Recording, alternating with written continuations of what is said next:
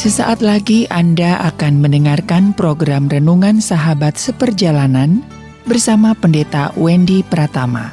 Selamat mendengarkan.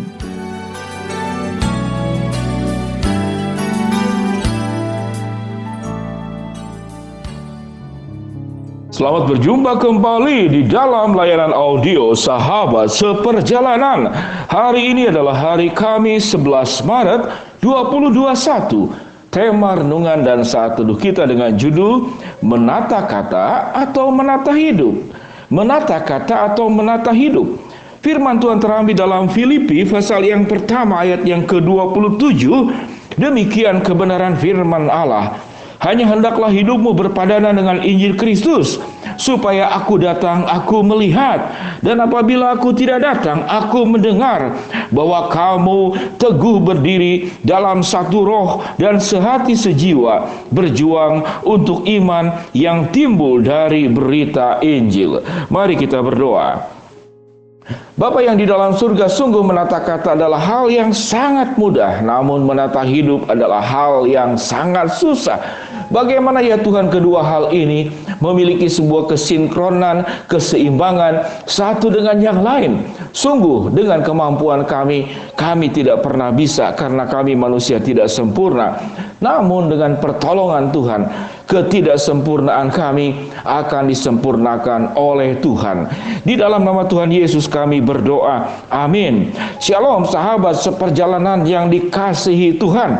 Menata kata atau menata hidup. Kalau dipilih mana yang lebih mudah? Jawabannya menata kata. Kata menata kata ini menjadi sangat terkenal, seringkali itu keluar di dalam berita-berita media massa, yaitu ada seorang pemimpin yang seringkali dikategorikan pandai menata kata namun tidak pandai menata kota. Kita tidak akan membahas kekurangan orang lain, namun kita akan membahas kekurangan diri sendiri. Jangan-jangan orang tersebut juga adalah kita sendiri, bahwa kita itu pandai menata kata, namun tidak pandai menata hidup. Kalau yang disebutkan tadi, pandai menata kata, tidak pandai menata kota.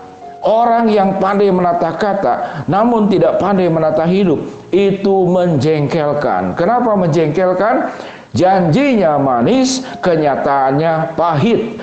Penampilannya meyakinkan, namun pekerjaannya itu babak belur. Hidupnya tidak sesuai antara kata dan tindakan, antara tata kata dan tata laksana. Kalau tata kata itu menata kata, tata laksana itu melaksanakan apa yang diucapkan, apa yang dikatakan, apa yang dijanjikan.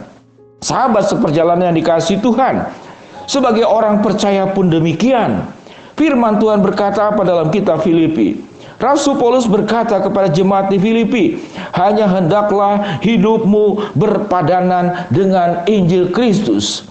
Pada bagian ini bahwa Alkitab mengajarkan dan menekankan bahwa yang lebih penting daripada menata kata adalah menata hidup kita, bagaimana hidup kita itu berpadanan dengan Injil Kristus. Menikah itu mudah, namun berumah tangga itu jauh lebih sulit. Masuk sekolah memang sulit, namun belajar bagaimana sekolah sampai bisa lulus itu jauh lebih sulit. Menjadi guru yang mengajar itu mudah, namun menjadi guru yang menghidupi ajarannya jauh lebih sulit. Apalagi pendeta yang berkhotbah, mengkhotbahkan nilai-nilai yang luhur kepada jemaat harus 1, 2, 3. Seorang pendeta gampang saja menyatakan 10 hukum Tuhan dalam kitab Keluaran 1, 2, 3 sampai ke 10. Namun tatkala menjalani kehidupan itu sulit luar biasa. Berkhotbah 20 menit sekarang kalau streaming. Kalau onsite atau tidak online itu 1 jam, itu udah lama sekali. Namun menghidupi apa yang dikhotbahkan itu sepanjang hidup kita. Bahkan dalam tidur pun kita harus menjalani kebenaran firman Allah. Ada yang bertanya, Pak Pendeta, bagaimana mungkin tidur berbuat dosa? Kan lagi tidur. Orang berbuat dosa dari hati, mimpi pun bisa berbuat dosa. Ada orang yang dalam mimpinya itu, bagaimana karena kebencian bisa membunuh orang. Ada orang di dalam mimpi karena kemarahan bisa merusak barang-barang. Ada orang yang di dalam mimpi karena kebencian bisa menabrakkan sesuatu kepada orang yang kita tidak suka. Karena kita punya ketidaksukaan bisa meracuni orang sekalipun di dalam mimpi. Niatan itu sudah ada di dalam hatimu, terbawa oleh mimpi. Sehingga kehidupan ini sekalipun engkau tidur, apalagi engkau terbangun, kehidupan ini harus berpadanan dengan Injil Kristus. Kalau menata kata itu sangat mudah, apalagi kalau Anda seorang motivator, atau Anda yang pandai membuat puisi, atau membuat pantun. Sangat mudah, tinggal belajar. Begitu banyak kata-kata indah yang kita cari di Google. Apalagi kalau anak-anak remaja yang pacaran, itu pandai menata kata. Kalau dia katakan, sayangku coba lihat di langit, itu malam hari. Wah, tidak ada apa-apa gelap, ini kan banyak awan. Terang benderang kok. Terang benderang bagaimana? Kan kamu bintang hidupku. Wow, ini menata kata. Dibawa pacarnya ke taman bunga. Coba, pacarku, kekasihku, berapa warna jenis bunga yang ada di taman ini? Dia hitung 1, 2, 3, 4, 5. Ada 6 warna. Tetapi kamu tidak tahu tidak, aku adalah bunga ribuan warna. Hatiku memiliki ribuan bunga warna untuk hidupmu. Wow. Sahabat seperjalanan, apakah cukup sebuah hubungan itu hanya dengan kata-kata indah? Apa cukup menjadi orang percaya cukup dengan kata-kata indah? Tidak. Keindahan hidup orang percaya itu tidak dimulai dari kata-kata. Kehidupan orang percaya itu adalah keindahannya itu sepanjang hidup sampai kita meninggal. Apalagi sekarang ada yang disebut dengan jejak digital, itu kejam. Saudara, tatkala kita ingin melihat kehidupan seseorang baik atau tidak baik, itu ada jejak digital, apalagi para politikus. Kalau dia berkata itu benar, tidak konsisten dan tidak punya integritas, itu jejak digital itu apalagi bisa diteliti oleh BIN, Badan Intelijen Negara, atau cyber army. Ya, cyber bagian kepolisian, bagian daripada orang-orang yang berbuat kejahatan itu bisa dicek di jejak digital. Sahabat seperjalanan, kalau hidup kita itu menata hidup, kita menjadi pribadi yang transparan.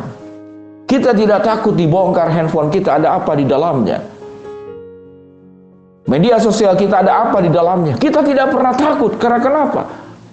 Karena kita menata hidup, bukan menata kata, bukan menata penampilan, bukan menata busana, bukan menata rambut, bukan menata gigi. Kalau gigi kurang bagus, tinggal diatur bagaimana supaya rapih. Mau dimundurkan atau mau dikedepankan, saya kurang tahu. Apakah ada yang menata gigi supaya bagus dikedepankan? Mungkin juga ada, ya. Sahabat seperjalanan dikasih Tuhan, menata hidup itu begitu sulit. Sehingga firman Tuhan berkata, hanya hendaklah hidupmu berpadanan dengan Injil Kristus, supaya aku datang, aku melihat, dan apabila aku tidak datang, aku mendengar. Jadi terlihat itu, kelihatan seperti itu, tidak terlihat juga aku mendengar. Ada berita-berita dari orang lain tentang dirimu dan diri saya juga. Ada sebuah pertanyaan, Pak Pendeta, saya kan tidak sempurna. Bagaimana mungkin saya hidup sempurna? Betul. Kalau engkau tidak hidup sempurna dan engkau berbuat salah, akui kesalahanmu, minta maaf dan berjuang untuk memperbaiki. Dan yang terakhir, kalau kita hidup tidak sempurna, jangan punya kebiasaan menilai dan menghakimi orang lain. Kalau engkau punya kebiasaan menilai dan menghakimi orang lain, maka ukuran yang sama itu, penilaian dan penghakimanmu kepada orang lain, akan diukurkan juga kepada dirimu sendiri. Jangan merasa diri lebih baik daripada orang lain. Sahabat seperjalanan, apa yang kita akan perbuat? Menata kata atau menata hidup? Menata kata cukup di bagian depan saja. Namun menata hidup, sepanjang hidup kita harus hidup berpadanan dengan Injil Kristus, hidup di dalam kebaikan. Mari kita berdoa.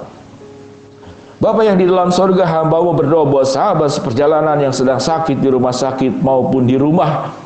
Tuhan akan jamah, Tuhan sembuhkan. Kami berdoa buat sahabat seperjalanan yang barusan saja ditinggal oleh ayahanda yang terkasih yang meninggal. Tuhan akan kuatkan, hiburkan keluarga yang ditinggalkan. Buat sahabat seperjalanan yang sedang menghadapi tantangan, kesulitan, problem dalam kehidupan ini, Tuhan membukakan jalan. Buat sahabat seperjalanan yang sedang memohon dan berharap sesuatu, Tuhan akan kabulkan sesuai dengan waktu, rencana, dan juga kehendak-Mu. Di dalam nama Tuhan Yesus kami berdoa. Amin.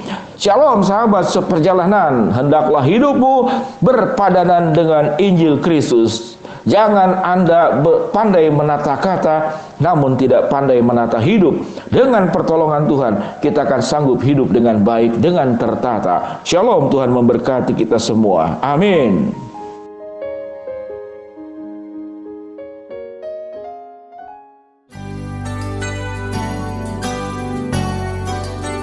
Anda baru saja mendengarkan program Renungan Sahabat Seperjalanan bersama Pendeta Wendy Pratama.